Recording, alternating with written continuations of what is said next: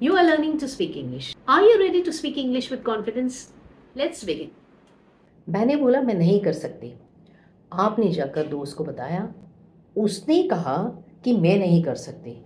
तो दोस्त को कन्फ्यूजन हो जाएगा ना कि सेंटेंस में जो आपने मैं बोला वो अपने लिए बोला या उसके लिए बोला, यानी मेरे लिए बोला। इस तरह का कन्फ्यूजन ना हो तो इस तरह की बात जब कही जाती है और दूसरे को जाकर हम बताते हैं तो हमें कुछ चेंजेस करने पड़ते हैं। आज हम सीखेंगे कि डायरेक्ट एंड इनडायरेक्ट स्पीच क्या होता है। जो मेरे कहे गए वर्ड्स थे, एग्जैक्ट वर्ड्स थे, वो डायरेक्ट स्पीच। इनडायरेक्ट, आप जब मेरी बात को दोस्त को जाकर बताएंगे, कुछ उसमें चेंजेस करेंगे, वो होगी इनडायरेक्ट स्पीच या रिपोर्टेड स्पीच, क्योंकि आप रिपोर्ट कर रहे हैं ना उसको जो मैंने बोला, या इन्फॉर्मेशन आगे पास ऑन हो रही है ना। रूल्स एक बार थोड़ा सा समझ लेंगे तो बहुत आसान हो जाएगा। कुछ बेसिक सी बातें समझते हैं। To understand basic concept of reported speech in English सबसे आसान रहेगा अगर आप शुरू करें with simple present tense sentences, simple present या सिंपल पास्ट के सेंटेंसेस से।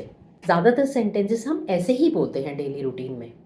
तो आप इमेजिन करें कि मैं आपसे कुछ कहूँगी और आपको वही बात जाके अपने दोस्त को बतानी है। तो जो एग्जैक्टली मेरे कहे वर्ड्स होंगे वो डायरेक्ट स्पीच, जिन शब्दों में आप बताएंगे वो हो जाएगी रिपोर्टेड स्पीच। समझते समय सोचें कि क्या हो रहा है। मैंने कहा आई एम हैप्पी, आपने अपने दोस्त को कहा she said that she was happy. Simple present tense का एम पास्ट सिंपल में वॉज की तरह बदल गया। आई एम हैप्पी मेरे शब्द हैं, मैंने डायरेक्टली आपको कहा था, तो डायरेक्ट स्पीच। आपने जब दोस्त को रिपोर्ट किया तो रिपोर्टेड स्पीच, रिपोर्ट किया या बताया तो रिपोर्टेड स्पीच। आप एग्जैक्टली मेरी बात तो नहीं दोहराएंगे ना, जो मैंने कहा उसका मीनिंग समझाएंगे बस उनको। आप ऐसा सेंटेंस कहेंगे जिसमें मीनिंग वही है, तो वो इनडायरेक्ट हो जाएगा ना। डायरेक्ट नहीं बोला, इनडायरेक्ट बोला। रिपोर्टेड स्पीच में उसने कहा कि, इसकी के लिए दैट बोलते हैं। मैंने कहा आई लाइक एप्पल्स, आपने दोस्त को बताया she said that she liked apples. Like changed to liked.